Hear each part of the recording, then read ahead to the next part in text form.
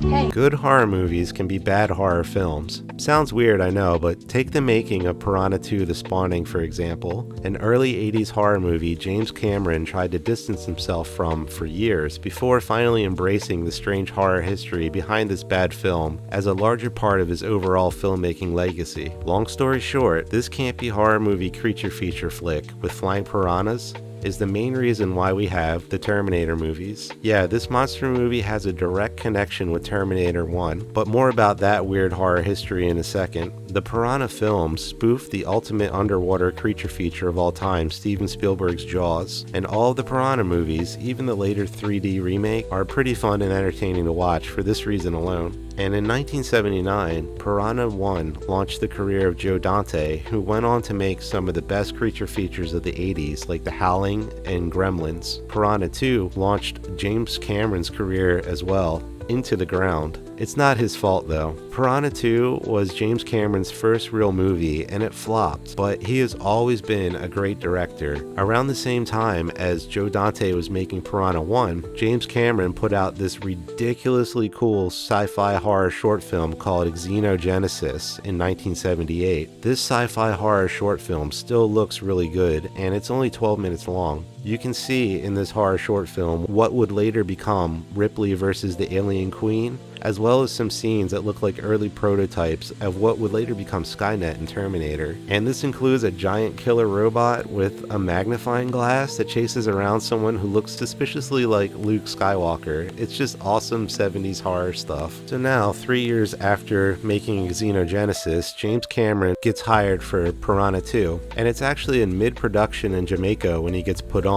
A lot of the movie's already been filmed, and much to his horror, nobody spoke English aside from actors like Lance Henriksen. But this was basically, behind the scenes, an Italian horror movie that just needed an American director so that American horror audiences would take it more seriously. The executive producer for this horror movie, Piranha 2, was Ovidio Giassonitis, who had a reputation for being difficult. He's directed some horror movies that I would consider really good, cult classic movies like Beyond the Door and Madhouse, that I would highly recommend to anyone who likes campy Italian horror movies. But he fired another Piranhas 2 director before James Cameron, Miller Drake, and Miller Drake would go on to do the special effects for The Abyss and a bunch of famous 90s action movies, including Terminator 2. James Cameron worked on the making of Piranha for what he says was 2.5 weeks, and what the producer says was 4 days, and their styles didn't match, and he was abruptly fired. It just didn't go well. There's even rumors that James Cameron broke into the editing room to switch scenes around. I don't know, he and the producer just disagree with everything that happened, and only they really know what happened behind the scenes for certain. But the point is, you can tell which horror movie scenes had James Cameron because all of a sudden this monster movie starts looking like Aliens. There's some action horror movie moments where the piranhas are chasing the heroes around in vents like aliens, and one of the piranhas comes out like a face hugger during these horror movie moments, so it has that iconic James Cameron touch. The scenes where James Cameron wasn't working on them are really slow and tedious, and they spend a long time introducing and developing each character just so they can wrestle an 80s horror movie puppet and fall over. There's like over a dozen subplots and a crime mystery thriller angle, and it's just like true Italian horror movie style. I absolutely love Italian horror movies, but it's an acquired taste, and James Cameron is too much of an action horror movie director for the formula to work well together. But the scenes that he directed are great, and it even just the flying piranhas remind me, and I think they are purposefully spoofing Alfred Hitchcock's The Birds with just killer fish. It's ridiculous. Anyway, Piranha 2 didn't do well in theaters, and James Cameron used that frustration from his negative first filmmaking experience to really double down and show the world who he was as a director. He was so angry that this horror movie didn't work out that he went back to what he knew, and he created, out of his frustration, one of the best classic sci-fi movies of all time, Terminator. That's what really makes Piranhas 2 a great horror movie and a bad horror film at the same time. The history of it. He was just so mad that he just made Terminator. That's great. Plus, Piranha 2: The Spawning has special effects supervisor Gianetto Di Rossi, who worked on Zombie with Lucio Fulci. And he designed the special effects for that iconic shark zombie fight scene. Like, he does the special effects for this movie, so it's awesome. But only if you have the patience to put up with a straight up boring first half. I'm not even kidding. Like, if you don't mind that, then you should check out all the creepy and disturbing things caught on camera in Piranha 2: The Spawning. Streaming on Amazon Prime for $3.59. It's for fans of Italian horror movies and James Cameron movies, like me. This is one of those good scary movies that's also not a terrible film, not a bad film, but just inconsistent because it had so many directors and a lot of fighting behind the scenes.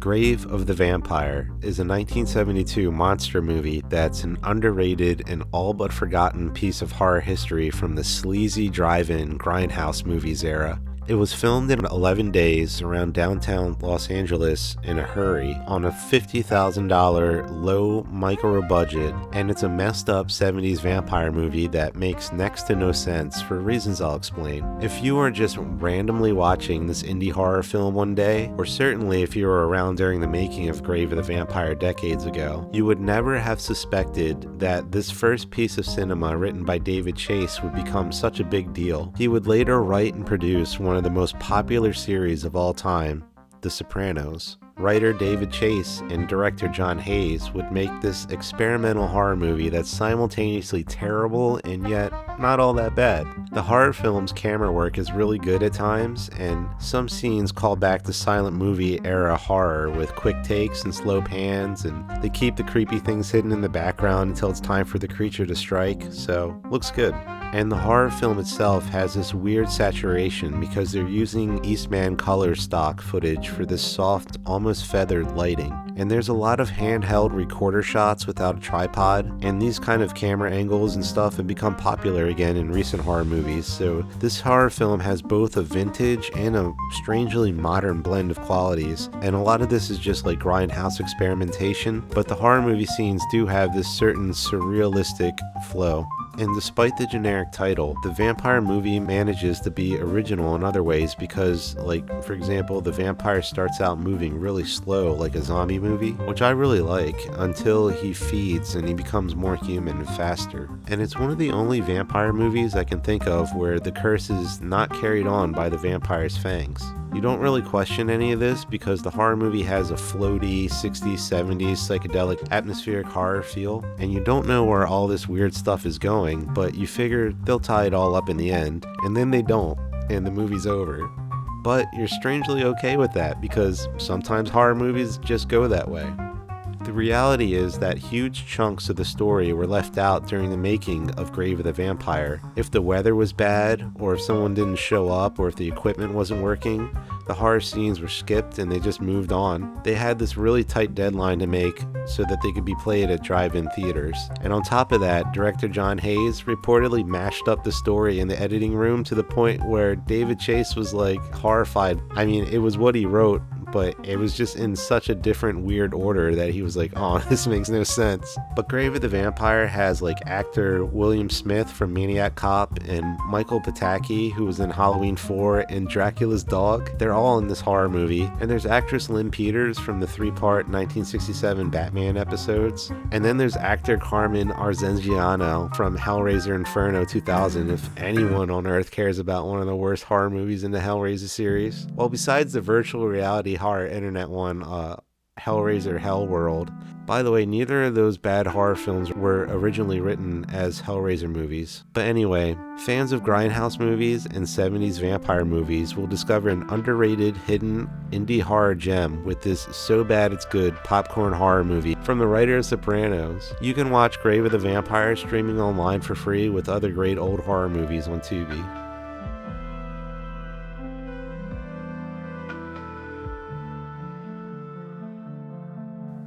Most Japanese horror movies are really weird. Most 1950s sci-fi movies are really weird. You put the two together, and I'm sure you see where I'm going with this. Warning from Space is one of the strangest things caught on camera from this era, and it's one of the most underrated classic sci-fi movies from the 1950s. First of all, these horror movie scenes you're watching are the very first Japanese movie moments ever filmed in color. This was like their Wizard of Oz. How cool is that? Well, I think it's cool anyway. It's a great piece of horror history.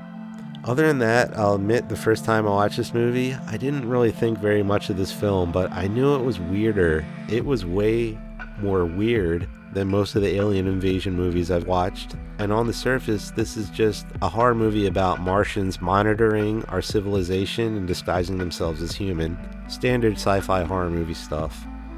But there are some interesting cultural themes that went way over my head the first time I watched this horror movie. So with my American horror movie background, I was only able to notice the comic relief and the monster movie stuff. And there's an obvious influence of Godzilla movies in Warning from Space because there's a lot of scenes that show the entire city panicked and running away.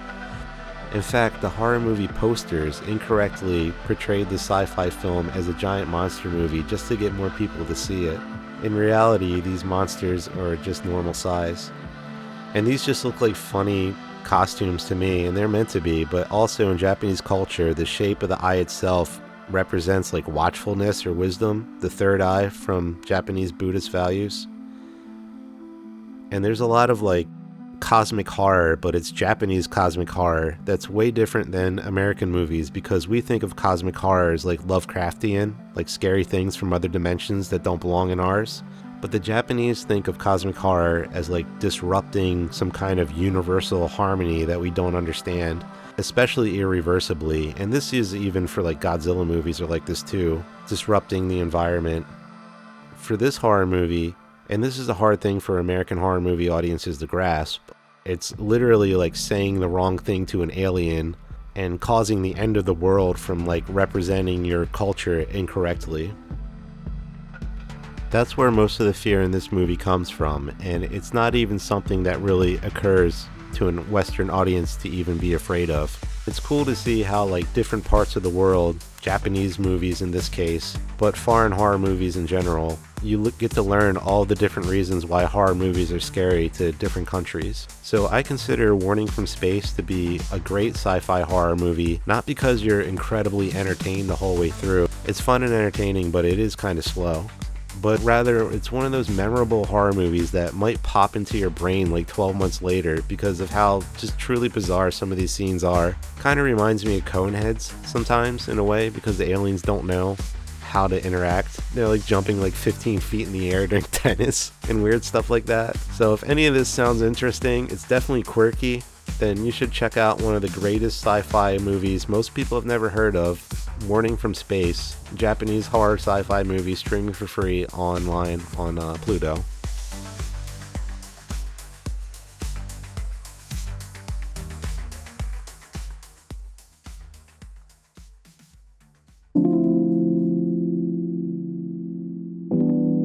The Devil's Messenger is an old black and white horror movie with some early psychedelic horror effects and psychological tension broken into a 3-part horror anthology. Most of all, The Devil's Messenger is a 60s cult classic because it's one of Lon Chaney Jr.'s later movies filmed about 7 years before his retirement. While he's best known for The Wolfman and some Dracula movies with Universal Pictures, in this indie film he plays the ultimate horror movie villain, the devil himself. There's a lot of cool horror history behind the making of The Devil's Messenger that technically dates all the way back to the 1940s Universal Picture monster movies. Most people have never heard of this particular black and white movie, but some know it as a campy drive-in horror movie double feature that was paired with one of my favorite psychological horror movies of all time and one of the best indie horror films of all time, the actually creepy original black and white 60s movie Carnival of Souls. Same distribution company, and they were released at the same time together. But this Lon Chaney film is much different than Carnival of Souls because it has Swedish horror roots. Kinda weird, but in 1959, Lon Chaney Jr. hosted a foreign horror series no one ever talks about, filmed in Stockholm, Sweden, called 13 Demon Street. The writer of this series, Kurt Siodmak, is the creator of the Wolfman character that Lon Chaney Jr. played for Universal, so they have a history of horror that goes way back together. When their Swedish horror series, 13 Demon Street, only lasted one season because no television station wanted to bring this series to America, Lon Chaney didn't really have a lot of pull anymore, and it's not all that great of a series. A horror movie anthology was made by taking 3 full episodes, that's the Swedish part, and loosely putting them together with Lon Chaney playing the devil, the new scenes that were filmed in America with Lon Chaney years later. Nobody cared at the time, and nobody really cares now, but I like this movie a lot. It's funny and it's just weird, and it's a great opportunity to analyze Swedish horror and what they think is scary. Movies from Sweden are very slow-paced and introspective with bleak and depressive atmospheric horror, prolonged psychological isolation, and moments where the protagonist just loses their mind. That's what Swedish movies are all about. And there's usually elements of folk horror like Krampus, but not in this movie because they were hoping to sell this to more American horror audiences. I think that's why they were going for this noir horror with eye close-ups and dark contrasting shadow play. It's like Swedish-American 1950s fusion horror. It's just weird. But since this is 3 episodes from a Swedish horror show, it also explains why this movie looks so cold and it has so much ice and snow. One of the episodes about a haunted painting reminding me of The Shining in terms of atmospheric horror and the hotel and the general stranded snowy scenery. What's really cool about the history of this horror movie is that it's one of the earliest examples of the horror anthology style storytelling that eventually would become more popular with the 1970s version of Tales from the Crypt, the British horror movie, and Trilogy of Terror and Tales from the Dark Side, the movie.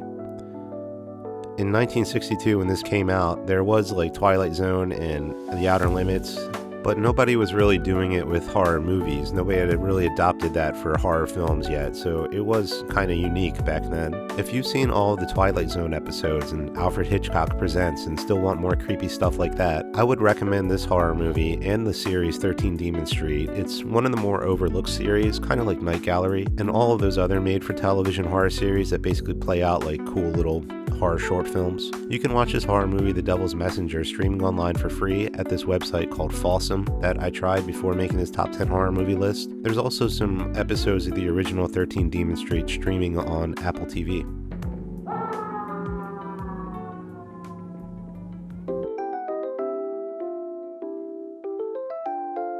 Otherwise known as a scare maker, this surprisingly brutal 80s slasher movie, Girls' Night Out, is a forgotten horror comedy that's simultaneously dated and yet way ahead of its time. It's a good horror movie concept that's kind of a bad horror film. Just 4 years after the original Halloween came out in 1978, well before the first Scream movie, this slasher film was already parodying the entire horror subgenre. The villain himself in this movie is called not Michael Myers, but Michael Pryor.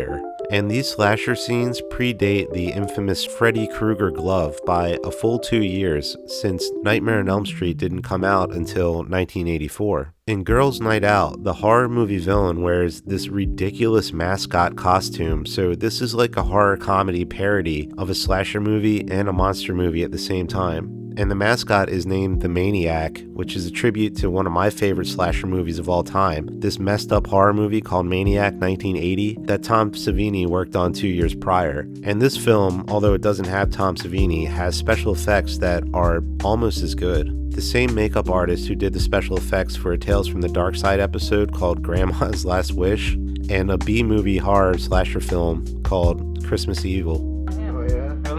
And this sports announcer wrote for a bunch of sitcoms like Family Matters with Urkel, and Saved by the Bell, The Nanny, Hanging with Mr. Cooper. He consulted for Married with Children, and even Sanford and Son, Mork and Mindy with Robin Williams. In fact, this horror movie was advertised as a raunchy comedy.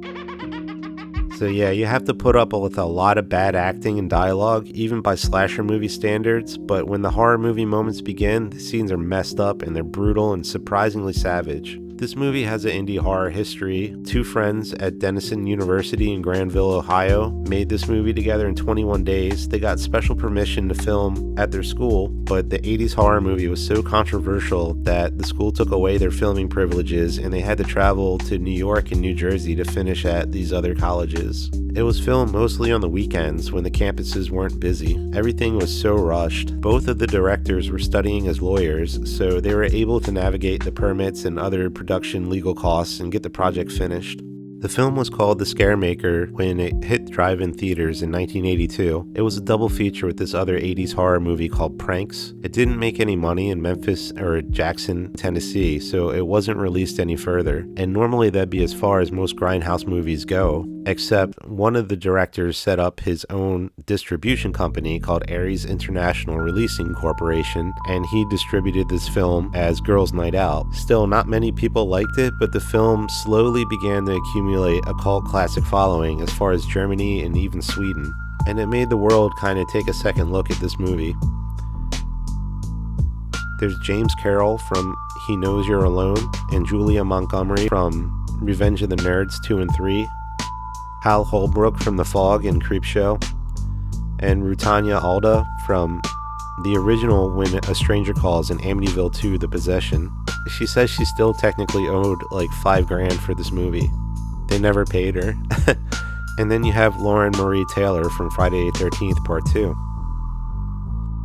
Ares International Releasing Corp didn't make any other horror movies, and they just kind of became lawyers in Ohio, and that's pretty much the history of Girls' Night Out. But I just like how these indie horror filmmakers just kept pushing it, and they didn't stop at the drive-through theater, and now people are starting to rediscover this movie. That's kind of cool.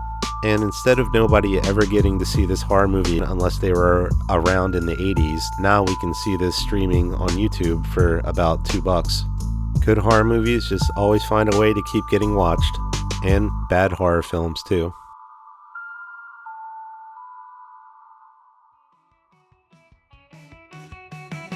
Kevin Bacon horror movies are great, legendary. 80s slasher movies like the very first Friday the 13th, action horror movies like Hollow Man, paranormal mystery thrillers like Flatliners, and the underrated horror movie Stir of Echoes. If Kevin Bacon is in it, it's probably a pretty good horror movie. But for most horror movie rankings, Tremors 1, my favorite horror movie of all time of his from the 90s, is not considered by most people to be his most popular or career-defining horror film. When Kevin Bacon backed out of Tremors 2 to film Apollo 13, one actor took the spotlight and he made a huge giant monster movie career out of this horror movie franchise, Tremors, and that's Michael Gross as the fictional character Burt Gummer. Michael Gross was on that sitcom Family Ties, and then he did a bunch of Tremors movies up until Shrieker Island in 2020. Burt Gummer is like a lost King of the Hill character. He's just a cult classic action horror movie hero, not unlike Bruce Campbell sometimes. And then there's Tremors 5, which is when this giant monster movie franchise gets really weird because Burt teams up with actor Jamie Kennedy, who was Randy Meeks in that iconic Scream scene where he describes the rules of slasher movies. That was this actor Jamie Kennedy, and he didn't do any other horror movies for almost 20 years, and then he just shows up in Tremors 5 randomly as a 40-year-old man. It's just so random. Everybody's like, where have you been? But aside from that, Tremors 5 lacks the charm of the earlier movies and the budget. It's a fun and entertaining horror movie to watch in its own crude and chaotic way. If you jumped straight from Tremors 1 to Tremors 5, you probably think you missed an entire horror movie reboot trilogy. And in a way you did, because the style and tone in this monster movie does a hard turn, and you'll either like or hate the weird things that they added. Michael Gross had to change a bunch of his lines in the script because he just was like, there's no way that my character Burt Gummer would say that. And they were originally planning for the making of Tremors 5 to take place in Australia and call it Tremors 5 Gummer Down Under, but they ended up filming in South Africa, which is coincidentally 4 times cheaper than to film an American horror movie. So that was good of the monster to go someplace cheap. Just kind of funny that they do that sometimes. If the monster just happens to go to Hungary or Romania or South Africa, then that usually means it's a real low budget horror movie. This horror movie was filmed outside of Johannesburg in the Gauteng province on a wildlife preserve that was surrounded by exotic animals that are in a lot of scenes, so it looks really cool. At one point, Michael Gross gets stuck in a cage and a lion comes up on him, and behind the scenes, during the making of this part of the film, they kept throwing huge pieces of meat into Bert's cage to make the lion come up to him, and they wanted Bert to literally take the meat away from the lion so that it would get mad at him. And at one point it really growled at him and he started freaking out. He said he was glad that cage was there. Other than that, they parody a bunch of intense movie moments from other films, like the Jurassic Park Velociraptor claw scene, and the red lighting in a cave from The Descent, and even The Predator for a few scenes. It's nothing like Tremors 1, 2, or 3. It's a weird tone change, that's for sure, but I guess that's what you can expect when you're looking at the 5th movie into a horror franchise about giant sandworms.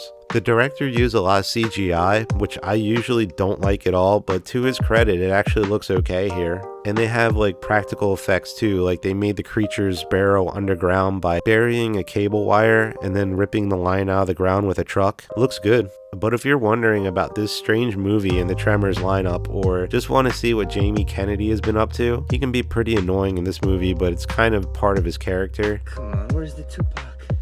Then Tremors 5 is streaming on Amazon Prime for about $4. Or you can just get all 7 Tremors movies on DVD for like $10 as of the making of this top 10 horror movie list.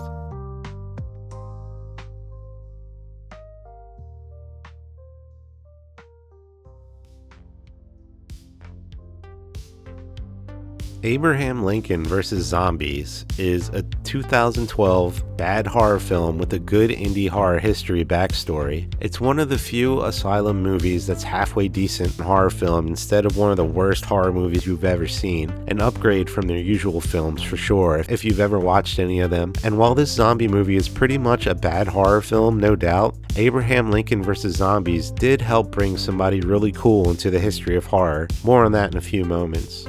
In 2009, author Seth Grahame-Smith wrote a book called Pride and Prejudice and Zombies that parodies the classic Jane Austen novel, and it sold over 1 million copies within a year. In 2010, he writes another horror comedy called Abraham Lincoln Vampire Hunter that also sells really well. And later on, marketing executives realized the Spielberg 2012 movie Lincoln is coming out soon, so they go, let's make that best-selling Abraham Lincoln novel into a vampire movie, and they release it 4.5 months before the Spielberg motion picture. Meanwhile, as Abraham Lincoln Vampire Hunter is being made, those B-movie hucksters at the Asylum movies learn of the Abraham Vampire movie that's coming out, and they rush out to Savannah, Georgia for the making of Abraham Lincoln vs. Zombies on a low micro budget of $150,000 in 2 weeks.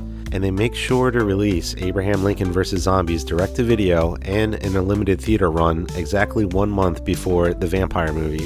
If you know anything about the Asylum, it's a horror movie studio that's not overly concerned with the quality of their product. That means this is a zombie movie from a fast and cheap B-horror movie studio. For the making of Abraham Lincoln vs. Zombies, the director was basically just dumped out in the middle of Savannah with like the absolute bare minimum needed to make a horror movie. This should have been absolutely terrible like most of their other films, but he was able to tap into the spirit of the Savannah community for help. One of the reasons this low-budget horror movie looks like it has higher production values is because of the location. It was filmed at the real Fort Pulaski, but also because the local community was letting him use genuine antiques from the time period as movie props. So there's a lot of history in this horror movie when you look at all the interesting things tucked away in the background, and it's something that even high production movies can't match with replicas. And unlike most of the Asylum movies, this director wanted to play this story 100% serious and let the horror movie have these cheesy and campy undertones. So to do this, he picked an early role for one of the coolest indie horror actors you might not have ever heard of, Bill Oberst. He was born in Georgetown, South Carolina, and he has become, in recent years, somewhat like the Vincent Price of the indie horror movie world. Bill Oberst just shows up randomly in films everywhere, good or bad. He never turns down an indie horror role. And like Vincent Price, he started as a stage play actor who never expected to get famous for doing low-budget horror movies. Bill Oberst first became popular as a villain role for this interactive virtual reality internet horror series on Facebook called Take This Lollipop. Facebook users would download this app that used their personal information and their pictures as this like scary movie of sorts where Bill Oberst would look you up and get obsessed with you. It was supposed to be an educational scary movie to teach people about keeping their personal information private, but a lot of people thought it was creepy stuff at the time, and he kind of became well known. So the director of this movie contacted Bill Oberst to be Abraham Lincoln, and wouldn't you know it, he had actually played Abraham Lincoln in his stage plays, and Bill Oberst knew all of this history for the horror movie. So he felt very comfortable with the role, even though he's 5'9" and had to wear lifts to match Abraham Lincoln's 6'5" height. There's lots of low angle camera work and other techniques to exaggerate his height if you really analyze this horror movie. But Bill Oberst basically turned what should have been a really bad horror film into more of like a real horror movie. His acting skills inspired the entire set of local actors to try as hard as they could, and he memorized pages and pages of script on the same day as shooting and convinced them to do the same thing with little to no rehearsals, and just got everybody more involved, which is what he's well known for doing. I mean, this zombie movie didn't even have a special effects team, but I like the way these zombies look. They look like the Evil Dead during these horror movie moments, and they made up this sickle exactly one day before filming, so that's all pretty good, all things considered. But that still doesn't excuse this phony facial hair, though. That's these horror movie scenes are hilarious. I mean, that is truly bad. That's one of the scariest things caught on camera ever in this horror movie. So while this isn't a great horror movie by any means, it's way better than it has any right to be. And most people are like, yeah, this is a bad horror film, but I did like that guy Bill Oberst, so it kind of got his career started within the indie horror movie scene. I'm like one of the biggest fans of zombie movies there is, so maybe that's why I didn't mind this movie all that much, but I realize 99% of most people won't like this film. It does, however, have a reputation as kind of a good B movie. So you can check out Abraham Lincoln vs. Zombies streaming for free on Tubi, or better yet, don't. It's just cool that this launched an actual indie horror movie career, so good for good old Bill Oberst.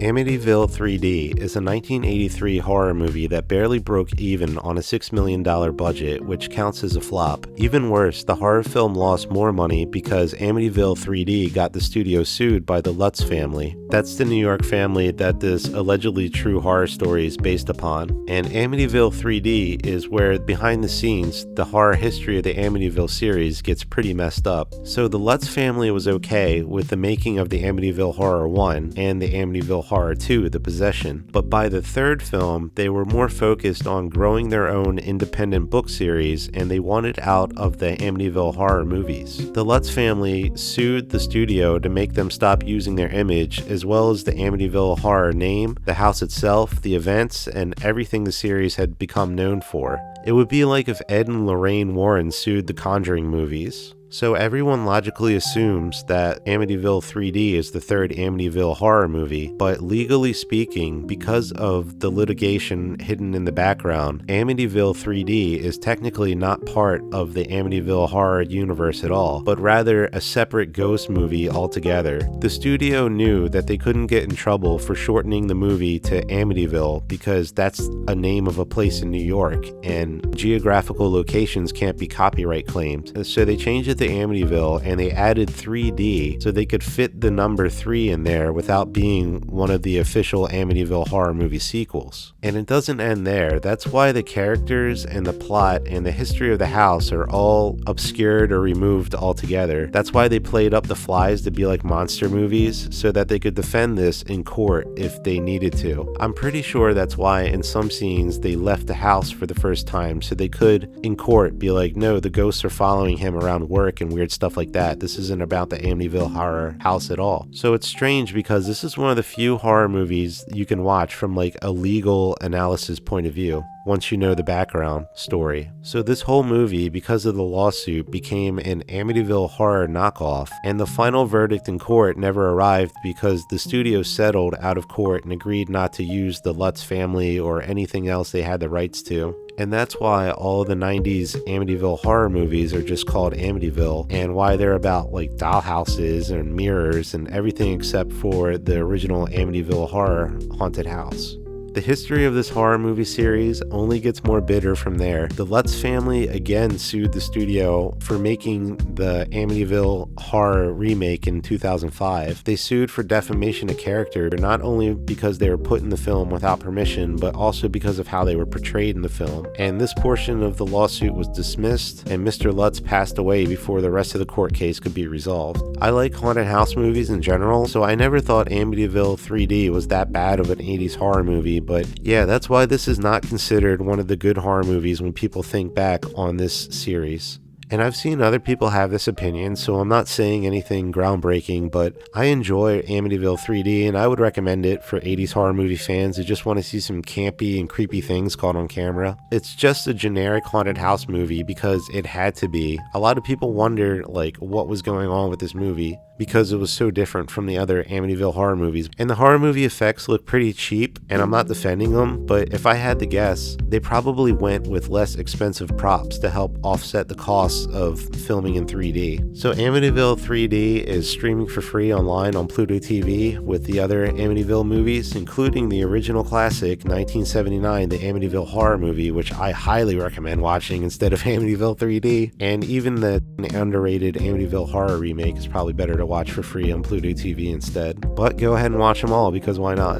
Great horror films, great horror series.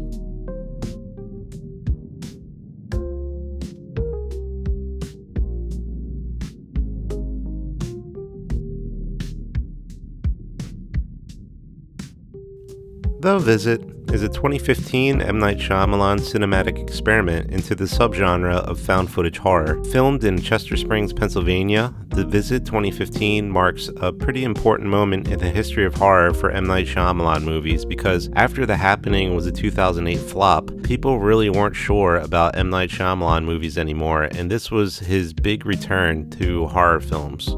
For the making of The Visit, Shyamalan wanted to reconnect with his creative instincts, this time without outside pressure from studios, because executives had told him to make The Happening one of the most brutal and savage movies and go for an R rating, which is pretty different than his regular style, but he listened to their advice and it didn't work out very well on the big screen. For this movie, M. Night Shyamalan only wanted to listen to himself, so he financed the whole horror film independently, producing it on a budget of $5 million, which really isn't much, and this weird little experimental film really paid off because The Visit went on to gross $98 million worldwide.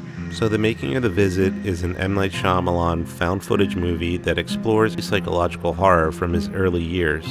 Specifically the scary things you encounter when you're visiting, you're really young and you visit for the first time ever your aging relatives. And it's not even them specifically that scares you, it's just the concept of aging. It's something that you, as somebody who's really young, has never really thought about life itself that way. And that's an interesting fear to play around with for a scary movie. I thought that was creative. And this is about M. Night Shyamalan aging as well. At this stage of his filmmaking career, Shyamalan wasn't questioning his success so much as his integrity as an artist. And he wanted to make what he considered his old horror movies that everyone liked, but with a modern twist. And there is a really good plot twist in this horror movie. M. Night Shyamalan insisted on casting unknown actors to maintain the sense of realism that you need for a found footage movie to work. He knew that a big name would ruin the immersion of this genre of horror. And even though this is a very personal film, shot indie style, he hides the horror with comedy, as always.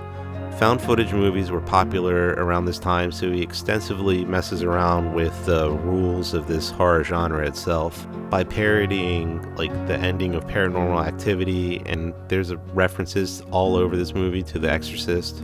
Because Kathryn Hahn played the character Mother Bernadette in the Exorcist series, made for television horror, so M. Night Shyamalan decided to have her crawl around like she was possessed, and she reenacts the pea soup from The Exorcist, that scene. I think he even parodies Quarantine with the way that she claws around at night and claws around under the house, kind of like the attic scene from Quarantine.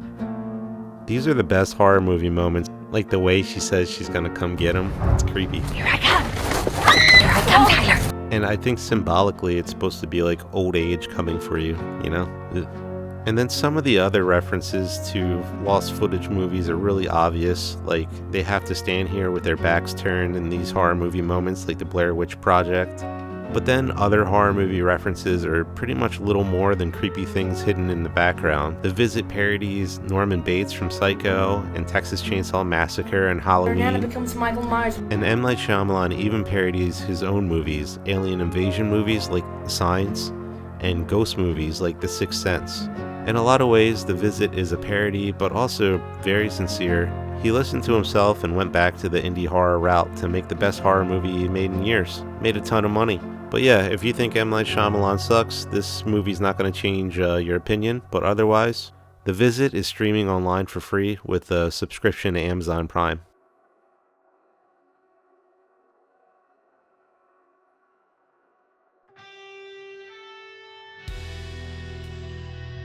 Oh yeah, Freddy vs. Jason, that 2003 slasher movie that attempts to answer one of the greatest horror movie questions in history ever asked: who wins, Freddy Krueger or Jason Voorhees? Robert Englund said he was first asked this question by a fan in 1984, pretty much as soon as the first Nightmare on Elm Street came out. And that's how far back studios' planning for this horror movie goes, the 80s. It's one of those weird things that both studios, Paramount and New Line Cinema, have always wanted to do, but settling on details behind the scenes of Freddy vs. Jason was always like next to impossible.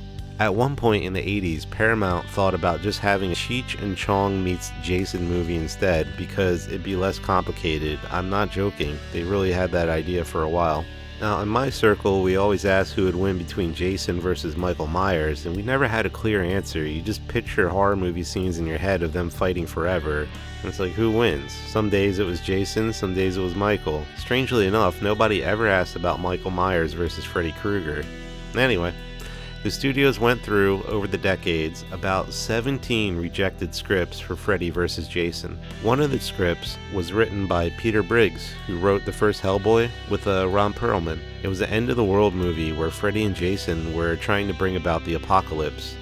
Another movie script had some plot twists that Freddy was the father of Jason, and then there was a Freddy vs. Jason script that rewrote Jason Voorhees completely and gave him a serial killer backstory instead of Crystal Lake. I don't really care about any of those, to be honest, but the writer of the Jennifer Lopez movie The Cell took a try at this script before doing that space horror movie Jason X instead. That's probably the version of Freddy vs. Jason that I'd like to see the most, because The Cell looks really cool and it's a really strange movie, probably one of the weirdest movies I've seen. But the studio took a look at that script and they were like, this is too much of a psychological thriller and not enough of a slasher movie, and it would have cost a lot of money because of the visual effects, so they passed. That's too bad. Freddy vs. Jason was also almost a Rob Zombie movie, but he turned down that offer on this film because he was directing House of a Thousand Corpses. So from what I've been able to research, they just kind of took whatever script they had at the time and they're like, good enough, let's just get this Freddy vs. Jason movie out already. It's like, okay, Vancouver, great, just film the horror movie already, go. And then producers with these horror franchises always play by the numbers, so they hoped director Ronnie Yu could turn the horror series around like he had recently done with Bride of Chucky. So they got David Goyer, who wrote the Blade movies and directed the third one, to tweak the script a couple of times, and then it was all set for filming. Friday the 13th fans were pretty surprised to learn that Kane Hodder wasn't going to be in this crossover, but nobody was more surprised than Kane Hodder himself. He had played Jason for 4 Friday the 13th movies in a row, but they rejected Kane Hodder as Jason 2 weeks before filming in favor of Ken Kirzinger, who is 6'5" and 3 inches taller. He was in Joyride 3, and he was also the horror movie villain Pa in Wrong Turn 2. He's done stunt work for a bunch of horror movies, including slasher movies like Jason Takes Manhattan, and he's the cook in that horror movie scene where Jason busts into the diner. That's him. And during the making of Freddy vs. Jason, in this scene, Ken Kirzinger had to wear these fake teeth, and he accidentally pulled out his real bridge work when he was removing them. So he had to go see the dentist right away, still dressed as Jason, and he accidentally scared someone in the waiting room. So when I first saw this horror movie, I thought it was a great horror movie, whatever. I don't think it's a bad horror movie in style so much as execution because it took so long to make. In these moments and during some other horror movie scenes, like when Jason's in the cornfield, this stuntman named Douglas Tate was playing Jason. He played Michael Myers for some scenes in the newer Halloween movies, and he was the werewolf in Annabelle Comes Home 2019. And then there's some other people too, like John Ritter's son, Jason Ritter. He does a really good job. And so does Catherine Isabel from the werewolf movie Ginger Snaps. And that film is what made Ronnie Yu select her for this role, by the way, that werewolf movie. It also has Kelly Rowland from Destiny's Child, and that guy from Dead Man on Campus, Lachlan Monroe. Everyone remembers Lachlan Monroe, right? All in all, this made $116 million on a $30 million budget, which sounds good, but who knows how much money was really spent with all the planning over literal decades. The movie took 73 days to film, which is a long time, and a lot of those were 13-hour days. Plus they used like 25,000 gallons of propane for this one scene with Crystal Lake. It was just such a huge project that I think it was a once-in-a-lifetime horror movie experiment that didn't necessarily go wrong, but executives probably didn't think it's worth repeating. Hopefully though, we'll get a Freddy vs. Jason 2. And with that film, some of the greatest horror movie moments of all time.